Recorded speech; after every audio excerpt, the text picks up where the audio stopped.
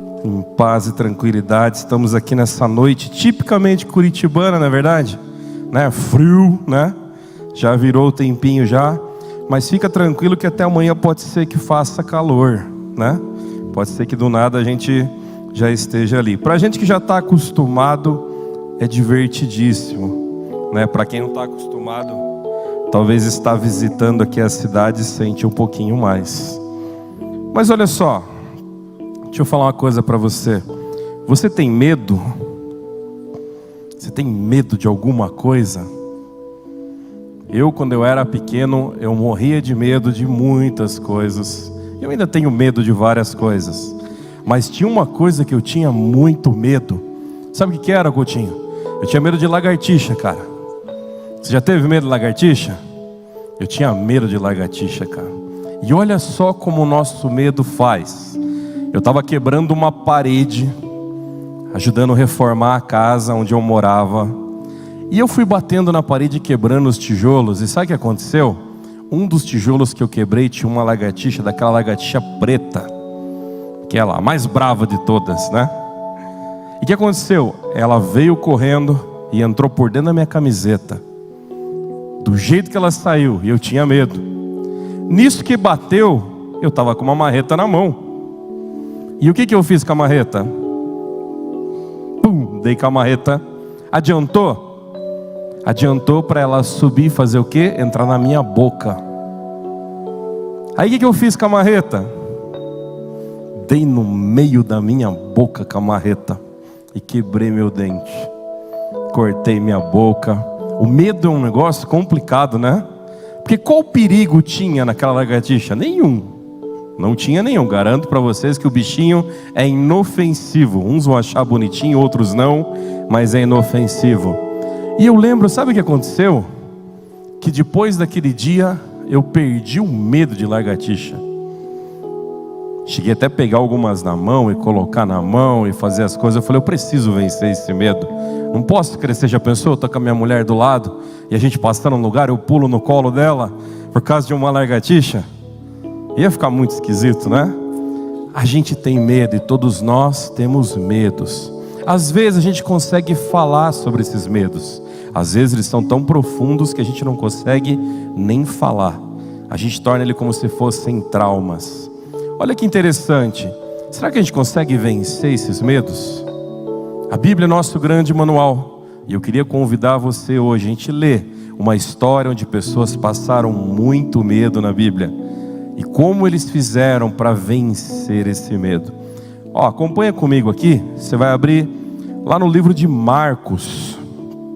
Mateus, Marcos, o segundo livro ali do Novo Testamento. A gente vai abrir em Marcos 4. E olha só, o livro de Marcos, né? Ele é conhecido como o Evangelho Querigma, onde começa a se falar sobre as coisas de Jesus e relatar a profundidade de quem Jesus era. Uma coisa interessante é que a gente não sabe exatamente, né, aonde o Evangelho de Marcos foi escrito, mas deduz que é mais ou menos ali 60, 70 depois de Cristo. É um período ali que vários apóstolos começam a relatar e escrever as coisas que eles viveram e viram. Quando a gente lê a palavra Marcos na Bíblia, tem algum Marcos aqui, ou Marco, ou Marcos, tem um Marcão nosso, está lá atrás, né? Tem vários, é um nome conhecido, é comum. E Marcos significa o quê? Significa o grande guerreiro, se a gente olhar na tradução dele, ou o grande martelo, porque o martelo era uma das ferramentas de guerra. Se fazia guerra naquela época, e diferente de hoje que eles mandam o dronezinho, fazem um monte de coisa, os caras iam sair na martelada mesmo um com o outro. Então o grande guerreiro, os grandes guerreiros carregavam um grande martelo. Então esse era o nome que tinha. Mas esse nome era o sobrenome dele. O nome dele de verdade era João.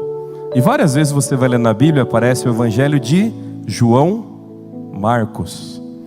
Se a gente olhar no hebraico, o nome dele é Johan. Um nome que é até conhecido, eu conheço alguns Johans. Então, por que isso acontecia? Porque Johan, se a gente olhar na tradução, vai dizer que é aquele ao qual Deus se revela, ou aquele que Deus revelou, ou aquele que Deus mostrou a sua graça. E toda vez que a gente começa a estudar esses nomes na Bíblia, a gente vê a história desses autores e vê que elas têm muito a ver, né?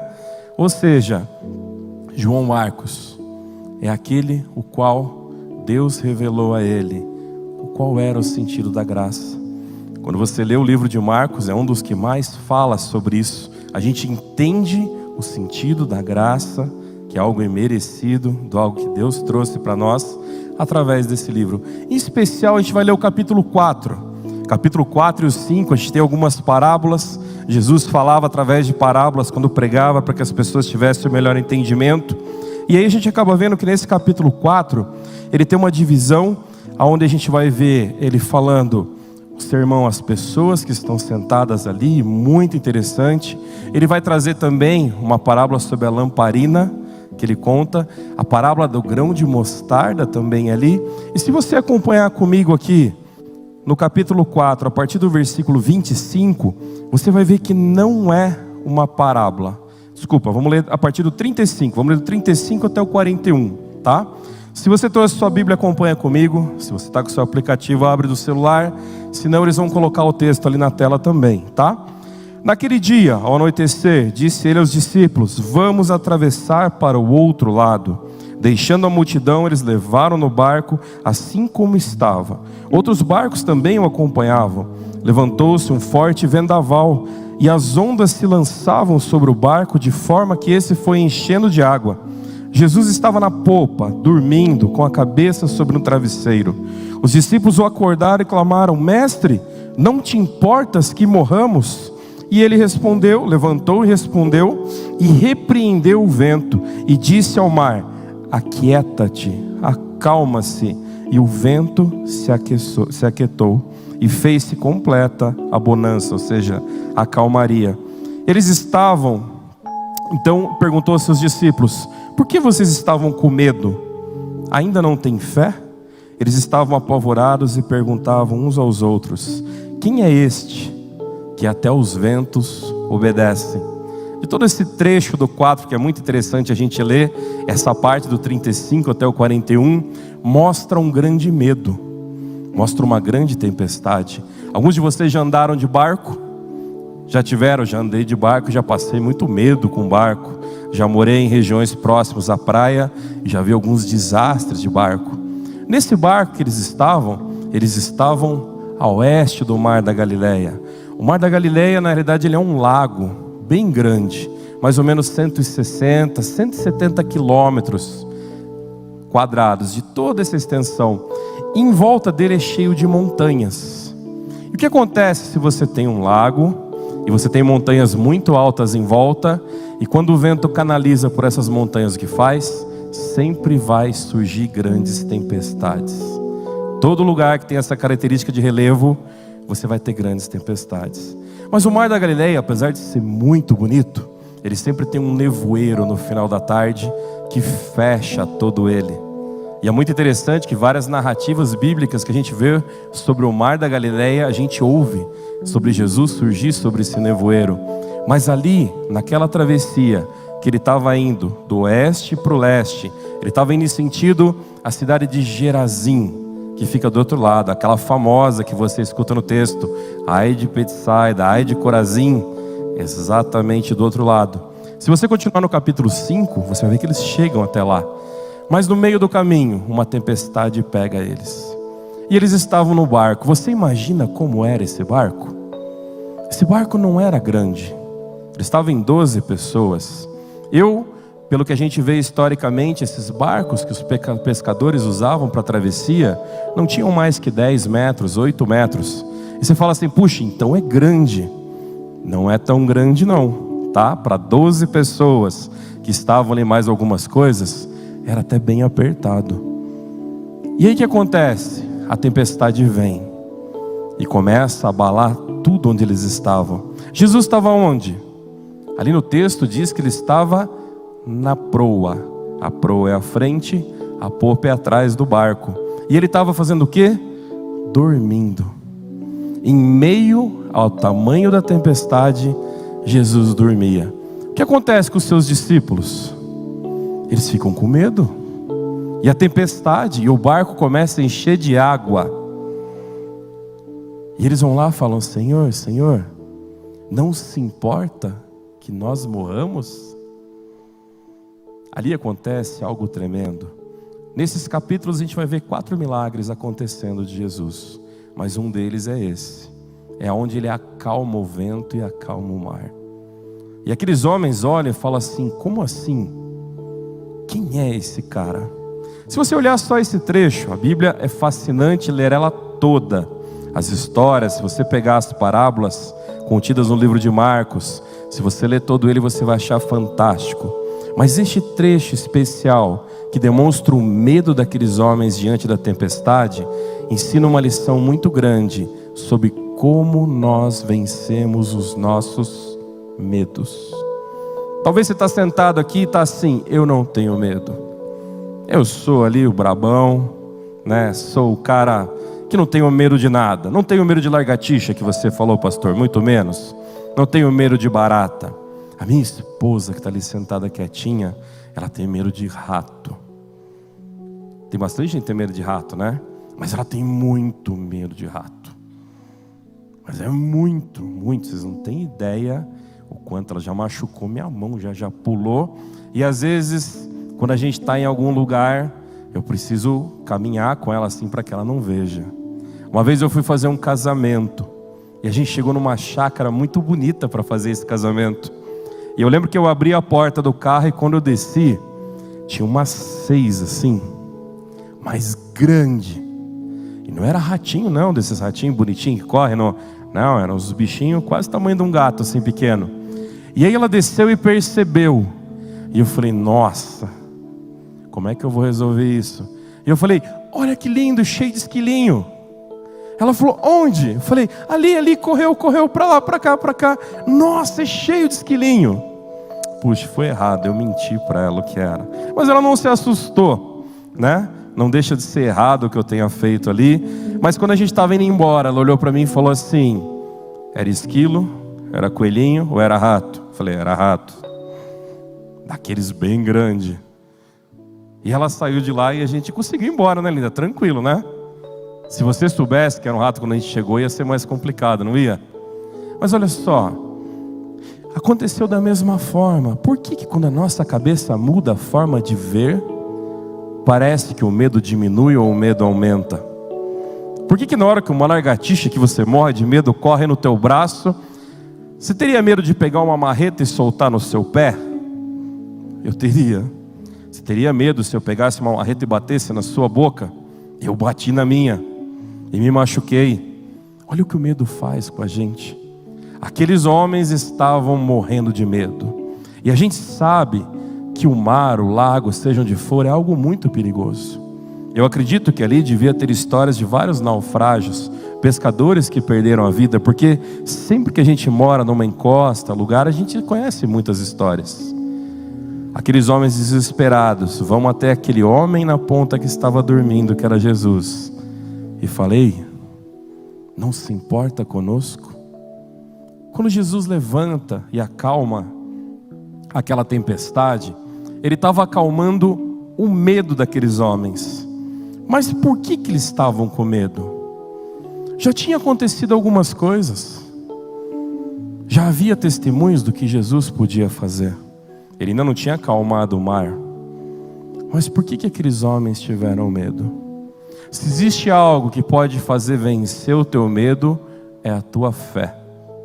E fé é algo que a gente não tem como ficar medindo a fé um do outro. Existe algum aparelho que mede a fé? Não tem, eu não conheço. Você conhece algum aparelhinho que você consegue olhar para as pessoas e falar: olha o tamanho da sua fé, olha o tamanho da sua fé? Nesse texto de Marcos 4, ele fala sobre fé um pouco antes. Ele fala sobre o grão da mostarda. Mas olha só, como você tem feito com a tua fé? Tem pessoas que colocam a fé em homens.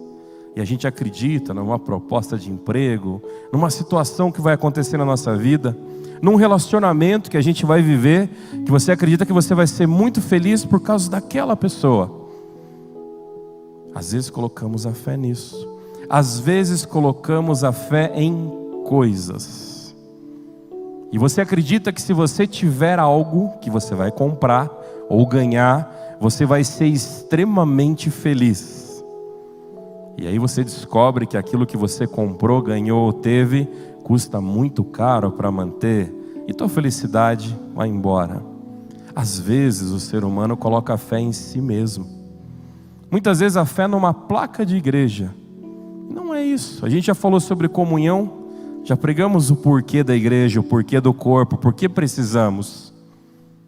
Então eu pergunto, aonde está a sua fé?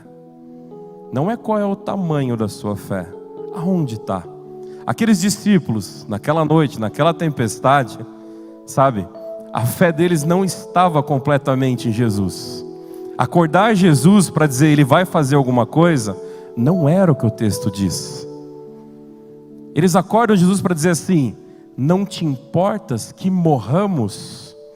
Ou seja, você não está ligando que talvez você vai morrer também, cara? Era essa a intenção ali. Era esse o medo deles. Ou seja, vai todo mundo morrer. E olha o que você fez. Porque um pouquinho antes, Jesus está ministrando um sermão às pessoas. Diferente do sermão do monte, onde Jesus vem e senta sobre uma pedra, ali onde tem as crianças, onde há a multiplicação dos peixes, esse segundo sermão tinha muito mais pessoas. E ele está na beirada ali do mar da Galileia. Então o que ele faz? Ele se coloca num barco e se afasta um pouco para que pudesse falar a todas as pessoas. Qualquer um daqueles pescadores diriam assim: não vamos atravessar esse mar à noite. Jesus fala: vamos embora, vamos atravessar o mar. Ali Jesus começa a colocar à prova a fé daqueles homens que estavam com ele.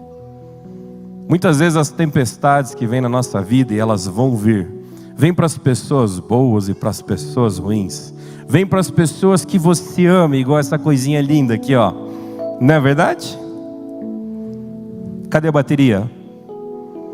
Ah lá, essa aí vai ser baterista. Vocês viram ali já, né? Os bateristas aqui de plantão.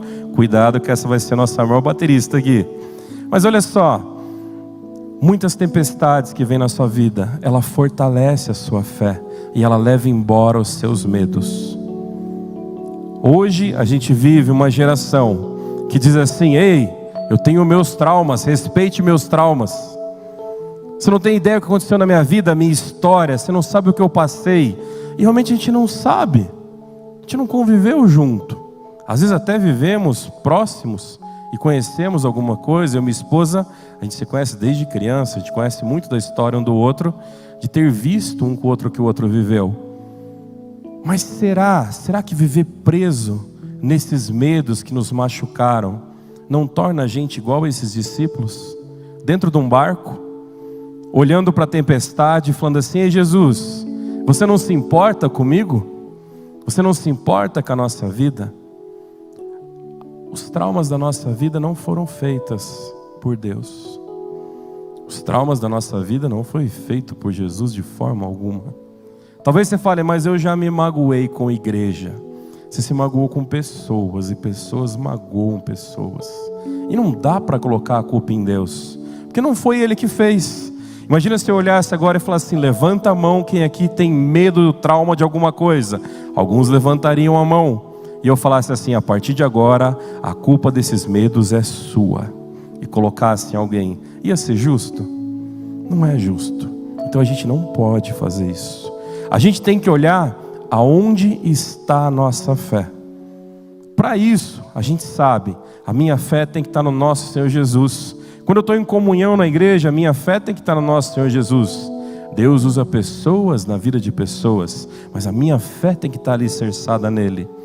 Quando a gente olha para as dificuldades, para as tempestades, puxa, alguém vai vir me ajudar, algo vai mover, algo vai acontecer, eu vou fortalecer e vou tentar sair, mas a minha fé precisa estar em Jesus.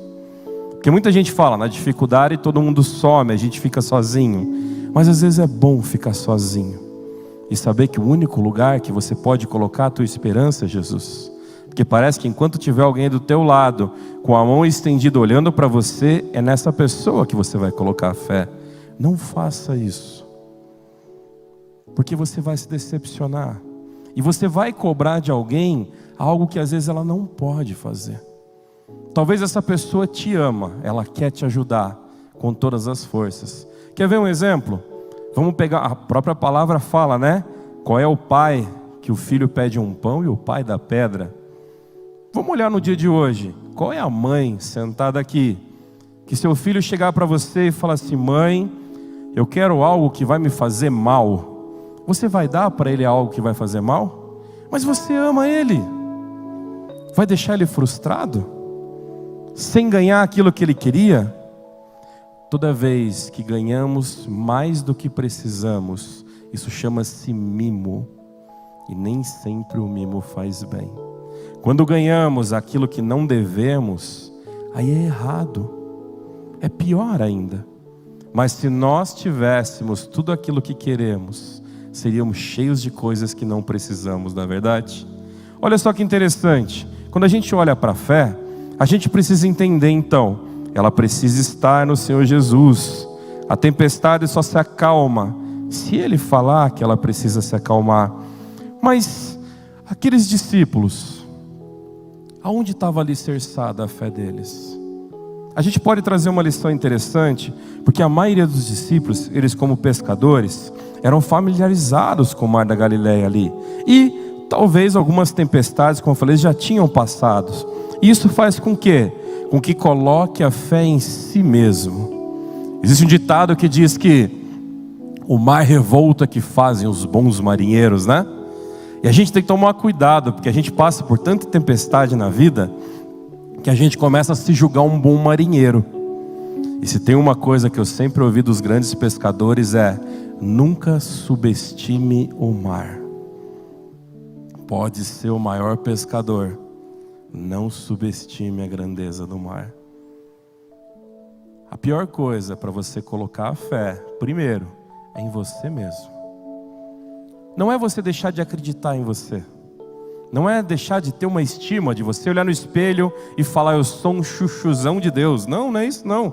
Sabe? É você olhar e falar assim: eu sou importante diante de Deus. Eu tenho os meus valores. Eu tenho as coisas importantes que eu tenho que fazer. Eu tenho os propósitos de Deus a cumprir. Eu posso, eu consigo. Eu estou falando sobre a fé. Você acreditar em você é muito importante. Mas a sua fé tem que ser fundamentada no nosso Senhor Jesus Cristo. Crer na sua força, puxa, o que há de errado nisso? Mas crer que a sua força é maior que a de Deus, você está errado. Crer no potencial do teu amor para com as pessoas, puxa, é muito importante. A Bíblia fala que devemos amar o nosso próximo. Mas crer que o nosso amor vai ser maior que o amor de Deus, não vai ser. Sabe, às vezes a gente coloca a fé nas coisas erradas. E a gente tem que tomar muito cuidado. Porque por mais que aqueles homens eram pescadores, por mais que eles conhecessem o mar e estavam navegando no mar aonde eles sabiam, provavelmente o barco era de algum deles, ou um barco parecido com algo que eles já andaram. Naquela tempestade todos ficaram com medo. Aqueles que tinham fé em eles mesmos, que não, tempestadezinha lá, fulano está com medo, olha lá Judas, está tremendo de medo ali. Ali todo mundo passou medo. E sabe, Jesus não era pescador, era? Jesus era o que por profissão? Marceneiro, não era? E por que os homens vão acordar ele? Porque naquele momento, a fé neles mesmos estava deixando de lado. A gente precisa, não só na tempestade, mas se você está vivendo uma tempestade, tira a fé de você. Entenda que você tem força, que você vai lutar. Você não vai deitar e ficar esperando, né? Senhor, me tira daqui, faz o que você quiser. Mas às vezes a tempestade é tão grande, que você vai falar: Senhor, eu não sei para onde ir. Se você já teve a oportunidade de navegar à noite, quando você navega à noite no mar, você não tem ideia para onde você está indo. Se você não tiver instrumentos que te mostrem para onde é o norte, para onde é o sul, você se perde. Por mais que você tenha um bom farol, você não consegue ver. Acredite em você, creia nos teus valores, na tua força, mas coloque a sua fé, ou seja, a confiança naquilo que é maior. Coloque no nosso Senhor Jesus Cristo, porque a tempestade vai vir para todos nós, mas a tempestade vai passar para todos nós, e a gente precisa crer nisso, que atravessar a tempestade com Jesus no barco é uma das melhores decisões de fé da nossa vida. Olha só, aonde a gente pode colocar a nossa fé também? Eu já ouvi muitas histórias de pessoas que na profundidade da dor encontraram força. Conheço muito próximo de mim isso, e é verdade. Muitas vezes a gente não tem ideia da nossa capacidade, muitas vezes a gente não tem ideia até a gente pode ir. Tem alguns homens que estão sentados aqui, já participaram do Legendários. A gente faz uma boa caminhada, inclusive um grande grupo aqui da igreja está no Rio de Janeiro hoje, promovendo um evento lá. Feriado de 7 de setembro, teremos outro aqui, creio que já está esgotado as vagas, né? A gente, Cantec participa também, a gente não participa das inscrições, mas a gente vê ali. E ali eu vou falar para vocês, eu não posso contar o que acontece, tá? Vou contar só para vocês, tá? É piscina de bolinha, churrasco, os homens vão, é um clube de campo, né? Essa parte eu posso contar, né? Os homens vão, e é tranquilo. A gente canta musiquinhas enquanto anda, a gente ora, toca o violão, você ganha um monte de abraço quando você está triste. É fantástico, até eu posso contar, o resto eu não posso contar mais. Mas sabe, todos os homens quando terminam, e aí eles veem o que eles fizeram, eles falam assim: eu não acredito que eu consegui. Tem pessoas que baseiam a sua fé no medo, ficam esperando o extremo acontecer. Para que você prove que é possível, você vai ter que fazer muita força. É aquela pessoa que não acredita. Por mais que todo mundo fale, por mais que Deus fale, por mais que fale na palavra, por mais que ela entenda isso que Deus quer para a minha vida, ela fala: não, Senhor, não creio. Por quê? Por medo? Medo de reconhecer que existe um Criador? Medo de reconhecer que existe alguém muito mais poderoso e imenso que a gente? Qual é a dificuldade nisso? Quando a gente luta contra isso, aí é um outro sermão que a gente pregou esses dias, é sobre o ego, e aí é complicado. Não deposita a sua fé no medo, e não deposita a sua fé no medo dos outros, porque ainda existe aquela pessoa que crê na própria força baseado no medo do outro. Ou seja, as pessoas têm medo de mim. Cara, não é assim que a vida funciona. Se você toca a sua vida baseada no medo dos outros por você, você vai se complicar logo, logo. Porque sabe, a Bíblia conta a história sobre um gigante chamado Golias, que não tinha medo de ninguém. E um homem muito pequenininho, chamado Davi, se colocou diante dele, porque ele tinha afrontado o Deus dele. E aí a história conta que Golias não conseguiu. Com algumas pedrinhas na mão e uma pedra só, Davi acerta a testa, aquela cabeça gigantesca, derruba aquele homem e corta a cabeça, e ali acaba o reinado, a força e a soberania de Golias. Não baseie a sua fé no medo que alguém pode ter de você. Às vezes as suas habilidades são muito boas, às vezes a sua forma de fazer as coisas são incríveis, mas sabe, não baseie isso, que as pessoas têm medo que não podem ser melhor que você. Não baseie no seu próprio medo, dizendo: a minha fé só pode ter aqui, porque daqui para frente, Deus, eu tenho medo de confiar em você. Talvez você nunca vai dizer isso, talvez você nunca vai admitir isso, mas teve muitas vezes que no fundo do nosso coração, talvez não da nossa boca, a gente parou diante do que Deus queria e falou: Deus, eu estou com medo. Eu estou com medo de confiar em você. Jesus estava no barco e os apóstolos estavam com medo, os discípulos ali estavam com medo. E eles acordam Jesus e falam: não se importa com que morramos, com que nós vamos morrer. Aí a gente começa a olhar que ali a confiança neles tinha acabado. A fé no medo, ela bagunçou de uma forma tremenda ali. Mas Jesus acalma o mar. A tempestade para e o mar fica tranquilo. E o que os discípulos falam? Que homem é esse? Sabe, não foi tipo na academia, quando entra aquele cara bombadão, grandão e passa, as meninas falam, que homem, né? Não foi nesse sentido. Não é nesse sentido. Ali eles olharam e falaram: quem é esse cara? Eles já caminhavam com Jesus. Eles já conheciam de uma certa forma. Eles já tinham uma fé pequena, mas eles olhavam e falavam assim: tem algo diferente.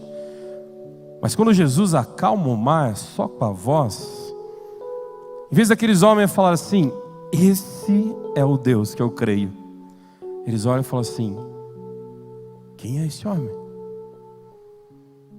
Às vezes a gente faz isso. A nossa fé quer um milagre. A nossa fé quer que aconteça. E acontece.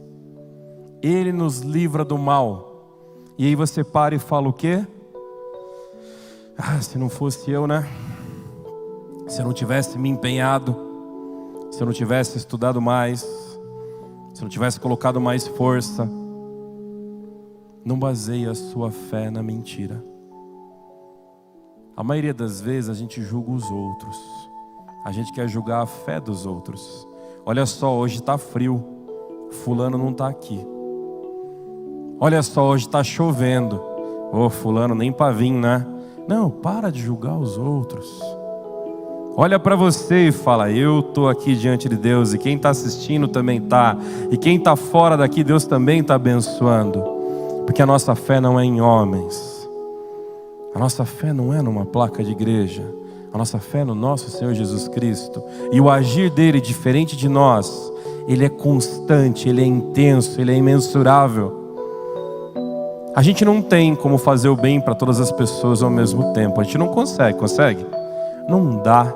E se você tentar fazer isso, talvez você vá vivendo uma coisa chamada síndrome de Deus.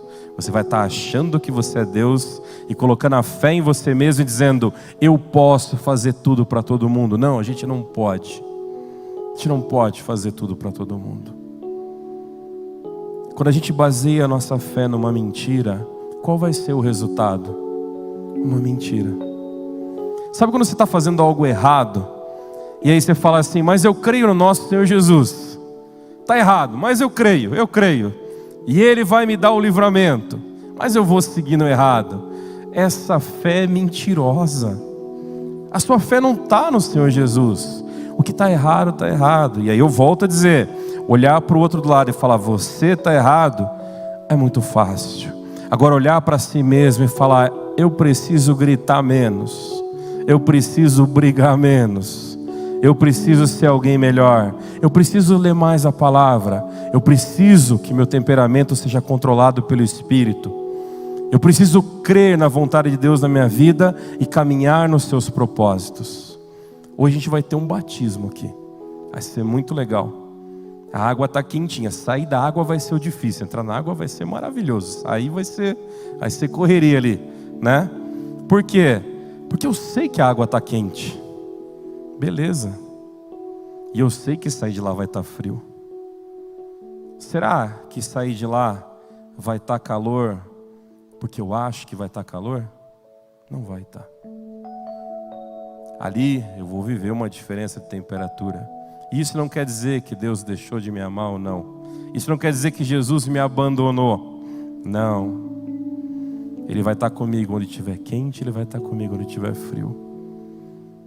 A minha fé tem que ser: Ele está comigo.